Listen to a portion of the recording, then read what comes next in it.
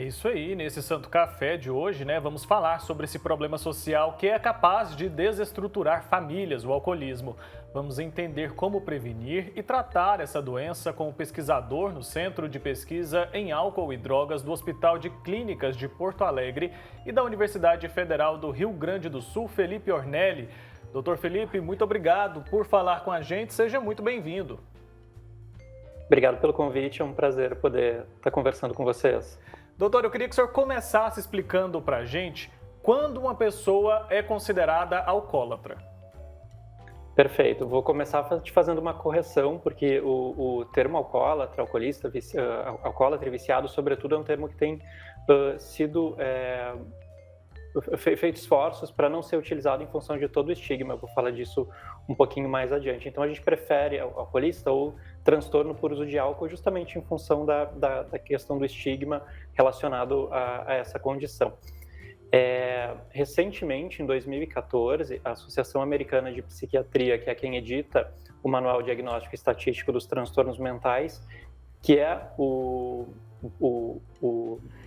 a nossa bíblia dentro da saúde mental, que é onde a gente localiza os critérios para conseguir identificar os transtornos mentais, já que a gente não tem, até então, na medicina e na psicologia, exames específicos que permitam a gente verificar como um exame de diabetes, por exemplo, né? Se a pessoa tem ou não tem aquela condição. Então esse julgamento ele é predominantemente clínico, a partir da história de vida, a partir dos prejuízos e a partir dos elementos que a pessoa traz. Então tem algumas coisas interessantes. Esse manual, que é usado no mundo todo, ele traz, em princípio, 12 critérios que a gente vai perguntar para a pessoa se ela se enquadra, né? Basicamente, a gente precisa prestar atenção em 3 coisas. A ocorrência de tolerância. O que é a tolerância? A quantidade de álcool ou de outra droga que o paciente está utilizando, ele vem aumentando gradativamente, ou seja, se aquela pessoa ela chegava num efeito de ficar alcoolizada com uma garrafa de cerveja, por exemplo, gradativamente isso vai precisar ser 1,5, 2, 3. Então a gente chama isso de tolerância, que é o aumento da quantidade de substância. A segunda coisa são os sintomas de fissura, ou seja, a pessoa apresenta uma certa urgência para utilizar. Ela apresenta uma expectativa de uso e ela apresenta disforia. O que é disforia? Ansiedade, tristeza e irritabilidade quando o uso não é possível. Né? É muito comum a gente ver nos aviões, por exemplo, proibido fumar no banheiro, porque para fumante, de uma forma muito semelhante ao uso de álcool, é muito difícil tu conseguir ficar um longo período sem consumir, em proporções diferentes, logicamente, porque o mecanismo do tabaco e do álcool são distintos. E o terceiro são sintomas de abstinência. O que são sintomas de abstinência? São aqueles sintomas que a pessoa passa a apresentar quando ela interrompe, para ou diminui a utilização.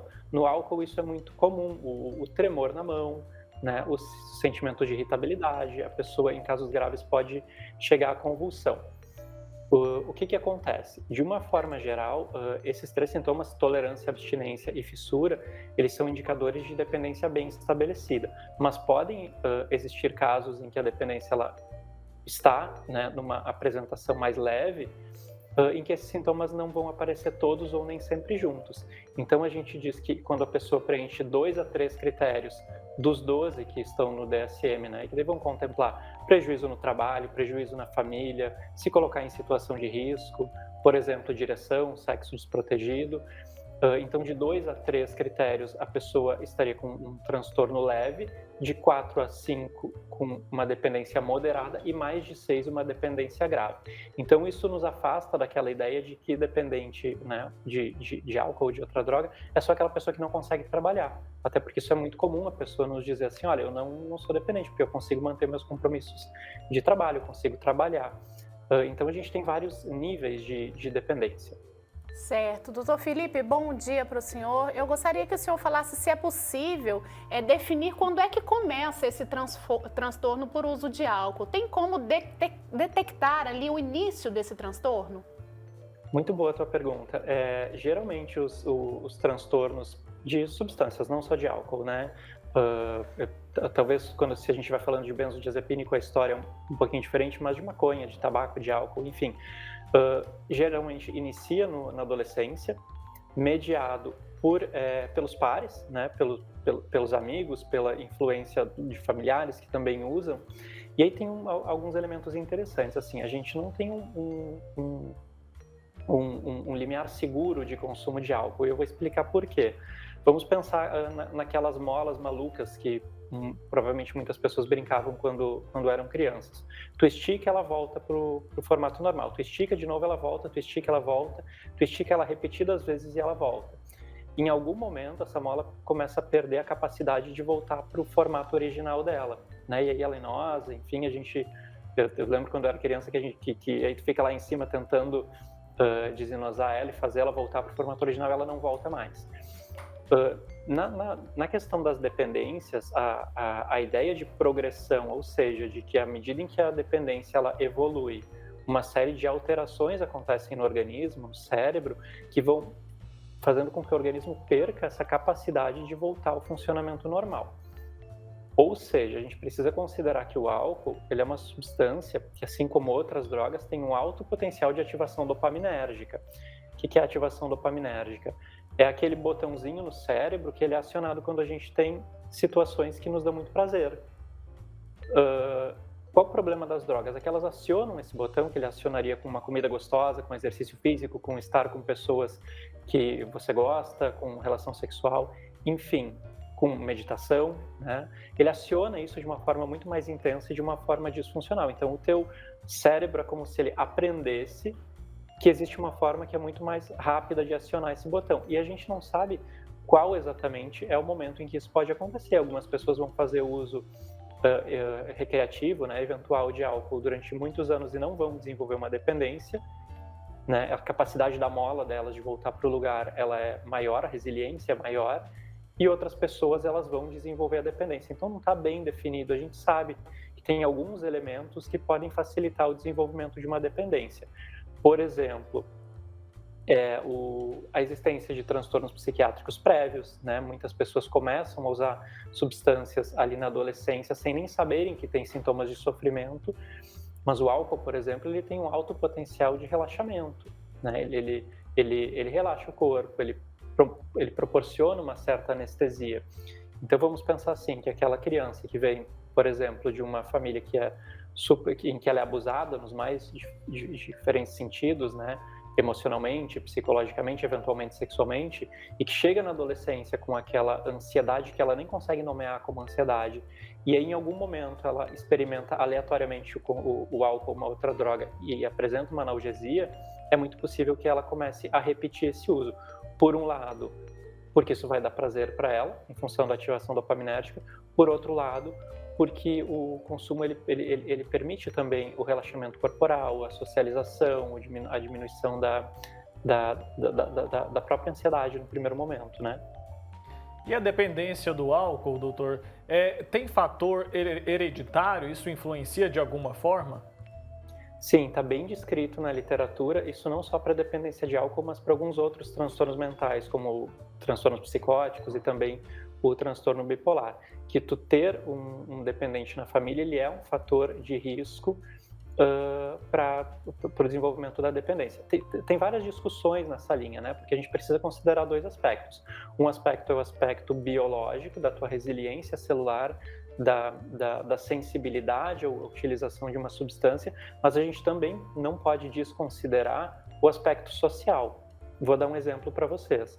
Possivelmente um pai alcoolista grave, por exemplo, né, que é bastante comum, não que seja regra, mas é bastante comum, que se envolve em casos de violência doméstica, que agride a esposa, que agride eventualmente a criança, ou que a criança, de repente nem acontece uma agressão física propriamente dita, mas a criança sente que tem alguma coisa estranha acontecendo e ela começa a desenvolver um medo, né? Começa a desenvolver, no momento em que ela deveria estar se sentindo segura com os pais dela, ela sente medo daquela pessoa. Então, esse ambiente estressor, ele também pode trazer mensagens que são importantes a respeito do uso, para além da condição genética, né? A forma, tudo vai depender de como a pessoa, de vários fatores, dos predispositores genéticos, do ambiente em que essa pessoa está envolvida, ambientes altamente violentos e sem rede de suporte, enfim, que também são fatores de risco, características de temperamento e de personalidade, né? Até, em último grau, a experimentação e a sequência da experimentação. Certo, doutor. E quais são os principais sinais aí, sintomas, de que a pessoa está indo aí para o caminho do alcoolismo, com um caminho realmente que ela não vai ter mais o controle aí da questão do álcool? Muito interessante tu falar essa questão do controle, porque é muito comum que os pacientes nos digam assim, eu paro de beber quando eu quiser. E aí tu lança a pergunta óbvia, né? E por que tu não para? Ele diz, porque eu ainda não quero, porque eu tenho controle. Então, antes de responder a tua pergunta, na verdade é bem interessante a gente falar essa questão do controle, porque a pessoa, ela vive uma dissociação, o alcoolista, ele vive uma dissociação em que, por um lado, ele tem muito prazer, né? E tem sentimentos positivos associados ao álcool, por outro lado, ele tem uma série de perdas. Isso é complexo a nível psicológico, né? Tudo que a gente quer na nossa vida é se aproximar de situações que são prazerosas e se afastar de situações que são desprazerosas. Algumas pessoas vão conseguir isso com relações saudáveis, outras com a religião, com a meditação, com o trabalho, enfim. E algumas pessoas vão conseguir isso com álcool. Então seria semelhante a gente dizer assim, bom, não come essa comida porque está te fazendo mal. É uma mensagem que ela é confusa, porque é o contrário do que a pessoa sente naquele momento. Tem um questionário bastante utilizado internacionalmente, ele se chama CAGE, que ele faz 4 perguntas para a pessoa, e se ela responder sim para qualquer uma delas, a gente precisa avaliar mais a fundo, porque pode ter um indicador de que está acontecendo uma dependência. A primeira pergunta é se alguma vez a pessoa sentiu que deveria diminuir a quantidade de bebida ou parar de beber. A segunda pergunta é se as pessoas que estão em volta, familiares, amigos, se aborrecem com a forma como a pessoa bebe, ou se criticam a forma de beber. A terceira pergunta é se a pessoa se sente culpado ou chateado, né, pela maneira como costuma beber. Isso pode ser na ressaca pós-bebida, pode ser em função do gasto financeiro relacionado ao álcool, do envolvimento em situações de briga, de agressão, enfim. E a quarta pergunta é se a pessoa costuma beber pela manhã, para reduzir o nervosismo e a ansiedade. Essas 4 perguntas, elas permitem que a gente consiga identificar alguns fatores que são bem relacionados a isso, que é a fissura, que são os prejuízos familiares sociais, que permitem olhar também o olhar das outras pessoas que estão de fora, e também se a pessoa em algum momento se sente incomodada com isso. Então, essa é uma dica importante, assim, para a gente começar a identificar. Doutor, a pessoa ela pode se tornar dependente consumindo qualquer tipo de bebida? Algumas preferem bebidas mais fortes, outras preferem ali uma cerveja, outras um chopp. Isso é independente ou tem algumas bebidas que podem causar a dependência de uma maneira mais intensa ou mais perigosa? Muito interessante a tua pergunta, e é uma pergunta até controversa. O que a gente precisa considerar? Que bebidas destiladas, por exemplo, a concentração de álcool delas, ela é maior, ou seja, tu vai beber uma quantidade num espaço de tempo menor e vai ficar intoxicado mais rápido. Eu vou dar um exemplo para vocês usando uma outra substância, tá? No caso de cocaína, por exemplo, a cocaína inalada, entre a pessoa fazer a utilização da cocaína inalada e ela começar a desenvolver os sintomas, enfim, experimentar euforia, podem passar em torno de 30 minutos. No caso do crack, que é também uma espécie de cocaína utilizada na forma fumada, isso acontece, os primeiros efeitos acontecem em torno de 30 segundos. Então a gente chama isso de potencial dependógeno, que é o tempo entre a utilização da substância, a experimentação dos efeitos no corpo e o tempo que passa, né? O tempo de efeito da cocaína é maior do que o crack, por isso que o usuário de crack, por exemplo, ele tende a usar mais vezes para manter aquele efeito. No caso do álcool, a gente precisa considerar, então, a quantidade de álcool que está em cada uma dessas substâncias, né?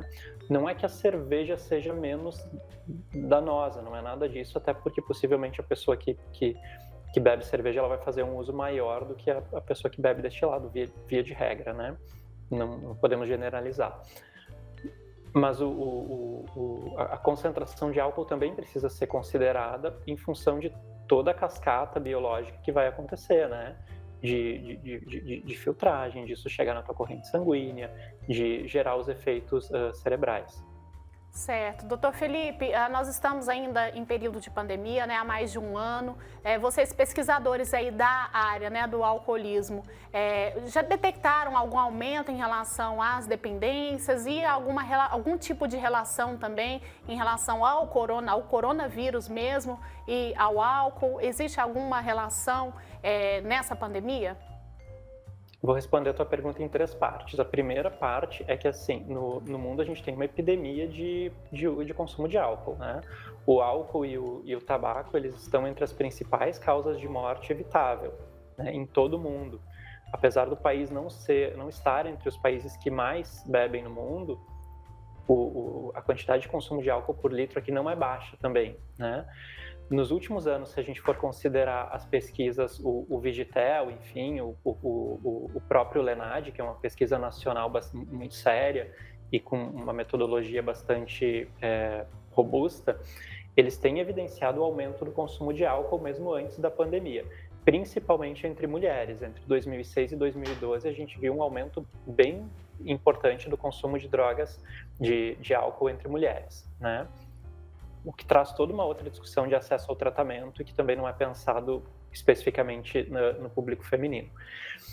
Durante a pandemia tem uma série de estudos demonstrando o aumento do consumo de álcool pelos mais diversos motivos, pelo aumento do estresse, pela crise econômica, pela maior parte do tempo em que as pessoas estão convivendo em casa, pelo período em que os serviços de saúde voltados ao tratamento de dependência química, né, tiveram que dar uma enxugada no número de atendimentos em função das medidas de isolamento social, né? Então, se estima, e isso são relatos anedóticos, obviamente, que muitas pessoas podem ter tido o tratamento delas prejudicado nesse período, ao mesmo tempo em que estavam sofrendo uma série de pressões e de medos. O medo de ser contaminado pelo coronavírus, o medo de perder um familiar, o medo de não ter dinheiro para botar comida na mesa, o medo da crise econômica, o medo de, enfim. Então a gente tem uma epidemia de saúde mental em curso, paralela à pandemia do coronavírus. A gente escreveu um artigo no Brazilian Journal of Psychiatry falando sobre essa pandemia de medo paralela ao coronavírus. E a gente sabe que estressores psicológicos, ansiedade, estresse, eles são fatores de risco para o aumento do consumo, né? As pessoas, elas estão, nesse momento, com uma possibilidade menor de buscarem rede de apoio, de verem os amigos, de terem recreação, né? Cinemas fechados, shoppings fechados, por motivos óbvios e legítimos, logicamente, mas que isso aumenta também o tempo em casa e pode aumentar o consumo de álcool. A gente tem uma pesquisa grande, eu estou olhando aqui na minha cola para não falar nenhuma besteira, da Fiocruz, com 44 mil pessoas, que foi realizada entre abril e maio de 2020, e ela evidenciou que 18% das pessoas tinham aumentado o consumo de álcool durante a pandemia. Temos outros estudos falando da associação disso com violência doméstica, ao mesmo tempo em que diminui principalmente a possibilidade das mulheres pedirem, principalmente as mulheres, né, pedirem auxílio. Isso aqui no Brasil. No mundo, a gente tem um estudo bem robusto nos Estados Unidos, que foi publicado no JAMA, que é uma das principais revistas psiquiátricas do mundo, assim, uma revista realmente muito conceituada e que é muito complexo de conseguir publicar os teus estudos lá. E eles verificaram que 13% das pessoas tinham falado que diminuíram o consumo de álcool durante a pandemia. Uma outra proporção bem grande havia aumentado esse consumo, né? E aí falavam que os motivos para isso foi o estresse, né, o tédio, o medo dos efeitos da pandemia. E aí, por fim, tem um outro estudo que foi publicado na Molecular Psychiatry, que é também uma revista psiquiátrica bastante conceituada, em que ele avaliou pessoas usuárias de diferentes drogas, opiáceos, opioides, cocaínicos, álcool, tabaco, e eles verificaram que as pessoas que faziam uso de substâncias psicoativas, elas estavam em risco acentuado para contaminação e para gravidade da Covid-19. Por quê? Isso também costura com outro artigo que nós escrevemos recentemente, está publicado na Psychiatry Research, que a gente verificou que os pacientes usuários de álcool, eles têm proporção, né, de doenças que são fator de risco para a pandemia, que também são maiores do que a população geral. Por exemplo, doenças infecto-contagiosas, doenças cardíacas, doenças hepáticas, enfim. Né? Então a gente precisa considerar que essa população ela está emocionalmente vulnerável, mas clinicamente ela também pode estar vulnerável em função de todo o combo que vem, né, e que está bem descrito, de doenças relacionadas ao álcool, e que frequentemente também o uso é feito concomitante com o tabaco, que também aumenta o risco. Então, estamos falando de uma população peculiar. Doutor, e a gente acompanhando, né, vendo, às vezes até nas redes sociais, a gente identifica, pelo menos é a sensação que eu tenho, de que as pessoas estão começando a consumir o álcool cada vez mais cedo. Isso é verdade? Tem algum levantamento com relação a isso? E isso pode representar algum risco maior para os mais jovens? Absolutamente. A pesquisa do Lenad, inclusive de 2012, ela não é tão recente, mas ela nos permite um paralelo com a pesquisa que tinha sido realizada em 2006, ela fala justamente da precocidade do consumo. Eu não lembro os números de cabeça, mas a gente tem uma proporção que ela não é tão pequena de crianças, né? Pré-adolescentes começam a usar por volta dos 10, 11 anos, uma grande proporção faz o uso ali por volta dos 15 anos, então, e é bastante gente mesmo. Acima de 50% faz experimentação antes dos 15 anos, se não me falha a memória. E a gente precisa considerar que o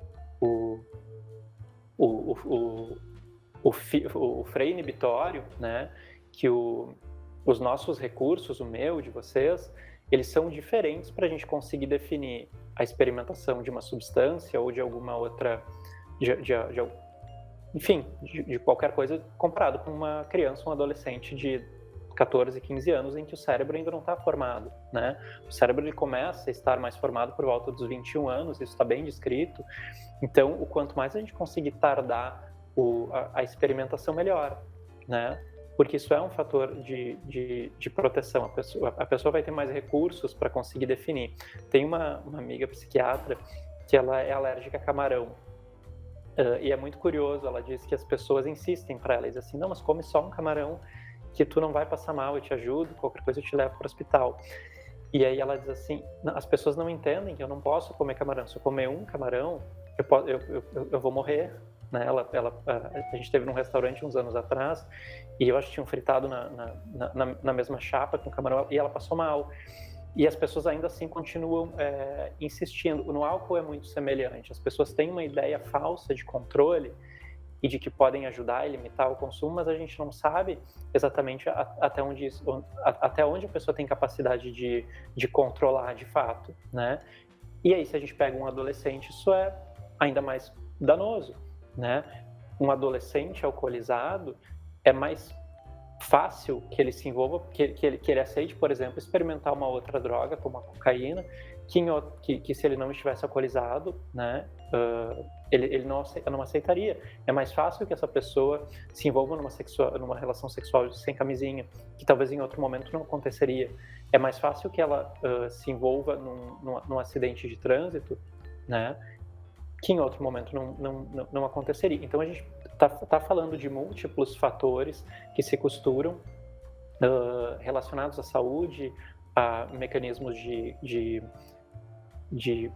fatores de risco também, mas a fatores de proteção. A gente sabe que estar na escola, desenvolver atividades grupais, enfim, né, escoteiros, religião, enfim, são fatores que podem potencializar que exista um controle nessa fase, que existam outras formas de chegar ao prazer e de desenvolver estratégias mentais e raciocínio para conseguir não utilizar ou utilizar de uma forma mais segura. Certo, doutor Felipe. Agora, a própria pessoa, ela consegue identificar aí e assumir que está se tornando um alcoolista? E até dentro dessa questão aqui, tivemos até uma participação aqui de uma telespectadora que falou sobre o marido dela e que ele inclusive já sofreu hepatite alcoólica, ela contou aqui para nós, e que mesmo assim ele não aceita e não quer deixar a bebida, que ela fala, os familiares falam, que os médicos falam que ele tem que deixar a bebida e ele não respeita. É frequente isso, essa falta de aceitação, ou seja, a pessoa assumir realmente que tem o problema, que tem o transtorno e procurar um tratamento? Muito importante e muito frequente. É muito comum que os pacientes venham para o tratamento a pedido da família e que o psicólogo, o médico que vai atender eles, seja visto como uma pessoa que está ali sendo paga para a família para convencer a pessoa que aquilo não é bom. E aí a gente precisa tomar um cuidado, porque a gente não está... Em alguns casos pode ser falta de informação, mas em muitos outros casos não é por falta de informação que a pessoa não consegue parar de beber. Eu vi uma tirinha um tempo atrás, deve ter sido no Instagram, que era muito interessante e dizia assim: por que você tem depressão? Né? O mundo tem tanta coisa bonita. E aí a pessoa responde assim: por que você tem asma? Tem tanto ar no mundo. Porque a gente tende a fazer um julgamento, inclusive das próprias dependências, né? No Brasil, sobretudo, se a gente falar de política de saúde mental, a gente tem uma política que ela passa a ser mais estruturada a partir dos anos 2000, mais ou menos. Os centros de atenção em psicossocial em álcool e drogas, eles datam de depois dos anos 2000. Quer dizer, a gente fala de uma política de tratamento que ainda é muito bebê, né? Muito jovem. Até pouco tempo, quem acabava fazendo assumindo os tratamentos de dependente químico eram as instituições religiosas, em fazendas e etc. Que logicamente tem uma importância também e funcionam para algumas pessoas, mas que por outro lado a gente deixa a questão clínica, a gente pode deixar a questão médica de lado, né? Então a primeira coisa é que a gente não está falando de uma doença, de uma condição que é contemplada de forma pejorativa, né, como uma falha moral. Não é uma falha moral, né? É uma condição que a gente acredita que seja uma doença e que envolve uma série de mecanismos motivacionais, uma série de mecanismos fisiológicos, e muitas vezes, o que acontece? A pessoa não consegue parar de beber, porque quando ela diminui o consumo de álcool, ela entra em estado de abstinência. O estado de abstinência é uma coisa horrorosa, né? Ele tem graus de gravidade, em quadros graves a pessoa pode ir a óbito, e muitas vezes, quando eu estou aqui nesse consultório, eu falo para o familiar do paciente: olha, ele não pode parar de beber sozinho, ele precisa parar de beber sob orientação médica, sendo medicado, né? Muitas vezes numa internação hospitalar, para a gente compensar esse efeito do álcool no organismo dele, porque senão ele vai entrar em estado convulsivo, e aí a família fica brava, né? Diz assim: como é que está dizendo que ele não pode parar de beber? Quer dizer, não é que ele não possa parar de beber, ele precisa parar de beber assistido, porque muitas vezes a pessoa não tem condições, e aí eu não estou nem falando de condições só mentais, mas condições físicas, de sustentar uma parada. Os sintomas de abstinência, eles envolvem irritação, envolvem aumento da temperatura, sudorese, tremor, uma série de outros fatores podem levar ao óbito. Então esse é o primeiro ponto.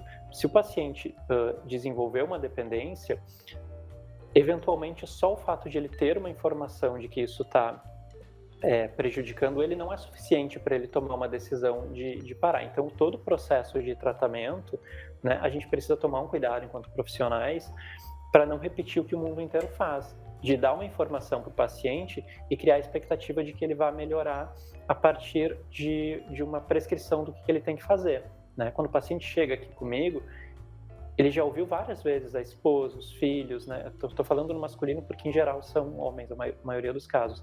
Ele já ouviu muitas críticas, mas isso não foi suficiente. A gente precisa trabalhar com ele por outras vias. Primeiro, a gente precisa ver se existem outros transtornos concomitantes e tratar esses transtornos, né? Para que essa retirada do álcool seja mais tranquila possível. Segundo lugar, a gente precisa entender qual é o estado de motivação dele, porque alguns pacientes, a gente fala do modelo de motivação, porque a pessoa ela pode não ter nenhum insight sobre, nenhuma crítica sobre o consumo de álcool dela, né? Ela pode ter alguma crítica, mas ainda achar que não é o momento que ela quer parar.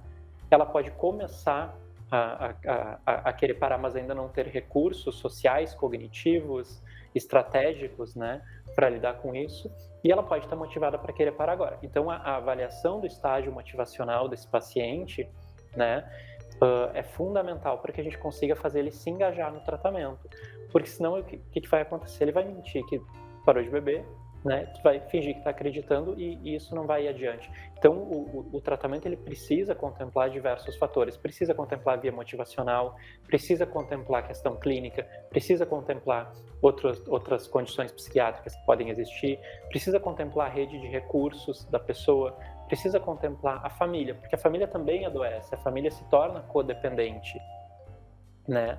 E isso também traz muito sofrimento. Então, são vários elementos que a gente precisa tomar um certo cuidado e avaliar com muita cautela para que a gente consiga engajar esse paciente no tratamento. Quando ele estiver se sentindo seguro e ele estiver se sentindo engajado, aí a gente vai fazer um passo por vez, né? Antes ele precisa entender o problema e muitas vezes ele não entende, para que a partir disso a gente comece a desenvolver estratégias para cogitar uma parada e planejar essa parada da melhor forma possível, seja ela com uma desintoxicação em casa, seja ela com uma internação, seja ela com medicação, se for necessário, seja ela sem medicação. Entendi, doutor. A minha dúvida era justamente essa, né? Se existe algum medicamento ali capaz de ajudar a pessoa que é dependente do álcool ou não. E outra dúvida que eu tenho é a seguinte: quando uma pessoa ela consegue ali se livrar, né, desse vício, consegue se livrar dessa dependência, a relação dela com o álcool, como deve ser? Como deve se estabelecer? Essa pessoa nunca mais ela pode ter contato com o álcool novamente? Ela para sempre vai ter um risco de ter uma recaída ali? Como que deve se estabelecer essa relação? Percebe o seguinte, a gente tem 12 critérios no DSM para estabelecer uma dependência, que pode ser leve, moderada ou grave. Para te dizer que uma pessoa está abstinente, ela precisa estar há 12 meses sem apresentar esses sinais e esses sintomas, né? Mas tem um sintoma que ele pode continuar acontecendo depois de 5, 10, de 15, de 20 anos, que é a vontade de usar, né? Eu sempre brinco com os pacientes assim, que tu pode decidir fazer uma dieta e decidir nunca mais comer chocolate, por exemplo, né? Mas a gente está falando, entre aspas, de uma doença da memória, né? Tu não vai esquecer que chocolate é bom. Tu não vai deixar de... Tu pode conseguir lidar com a tua vontade de comer chocolate. Tu pode decidir não comer chocolate nunca mais. Pode passar 50 anos sem comer chocolate. Mas tu não vai esquecer a sensação de que chocolate é bom. Isso se estende também para a dependência de álcool ou de outras drogas, né? É muito comum que os pacientes, depois de um período de desintoxicação, eles inclusive subestimem o risco de recaída, porque a gente precisa tomar uma série de cuidados, né? De pessoas, de lugares, de situações, de gatilhos que podem trazer a vontade de utilizar, né? Por exemplo, aquele paciente que jogava baralho com os amigos no bar no final do dia e que acabava fazendo uso de álcool nesse momento, o cheiro do baralho, o estar com aqueles amigos pode ser um gatilho muito forte, né? Porque a gente trabalha com duas partes do cérebro da gente. A gente tem a parte pré-frontal, que é a parte racional, né? E eu brinco com os pacientes que hoje está chovendo aqui em Porto Alegre, né? Eu disse assim, na quinta-feira depois da chuva, a gente faz uma estratégia aqui no consultório usando a parte racional do teu cérebro, né? Que tu vai evitar tal lugar, tal pessoa, tal situação. Porém, quem decide usar é a parte emocional, depois da briga em casa, no sábado de noite, por causa de uma besteira, né? Então a gente precisa estar muito atento a isso, e por isso que a gente diz que não existe cura, né? Porque a fissura, a vontade de usar, ela pode continuar acontecendo.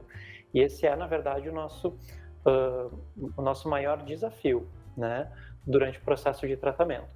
Existem medicações que elas podem ajudar a manejar a ansiedade, que elas podem ajudar a manejar sintomas disfóricos, né, sintomas de tristeza, e que são muito importantes para a gente conseguir ajudar essa pessoa a manter de pé. Recentemente não, foi no ano passado, no Brasil foi interrompida a venda do Disulfiram, que é uma medicação bastante utilizada para o tratamento do álcool, né, uma medicação com prescrição médica que tem alguns riscos, logicamente, precisa ser bem avaliada. mas que é um recurso bem importante que a gente podia utilizar um ano atrás e hoje não pode mais. Basicamente, o que essa medicação faz, ela potencializa a ressaca, né? Se a pessoa ingerir qualquer quantidade de álcool, isso funciona como um freio inibitório, bem importante, porque se a pessoa tinha uma expectativa, lógico, isso é utilizado com acompanhamento médico, com a pessoa ciente de todos os riscos, depois de um período de desintoxicação, né?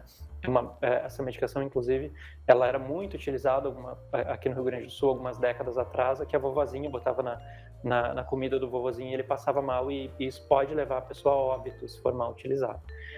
Mas sendo bem utilizada, né, uma pessoa que está ciente dos riscos, que não está utilizando álcool, ela transforma aquela expectativa que seria positiva do uso de álcool, né, numa coisa ruim. E isso cria uma nova regra. Se a pessoa estava sendo gerenciada com a expectativa do prazer, ela se depara com o desprazer. E isso é muita coisa, né? E essa é uma medicação, por exemplo, que a gente não está podendo utilizar atualmente. Tem toda uma movimentação da Associação Brasileira dos Estudos de Álcool e Outras Drogas em prol da retomada da fabricação e da venda. Tá certo. Dr. Felipe Ornel, a gente quer agradecer muito, viu, os seus esclarecimentos. Obrigada pela entrevista. É um assunto realmente aí que toca muitas famílias, né? E eu tenho certeza que a gente pode ter conseguido ajudar muita gente. Muito obrigada, viu? Obrigado pelo convite, foi um prazer estar aqui com vocês e podendo disseminar esse assunto, enfim, que é tão importante, né, para as pessoas que estão assistindo conseguirem olhar para essa pauta sem esse véu do preconceito, sem esse véu da moralidade, enfim, e potencializar a busca de ajuda, né? Essas pessoas, elas precisam de ajuda.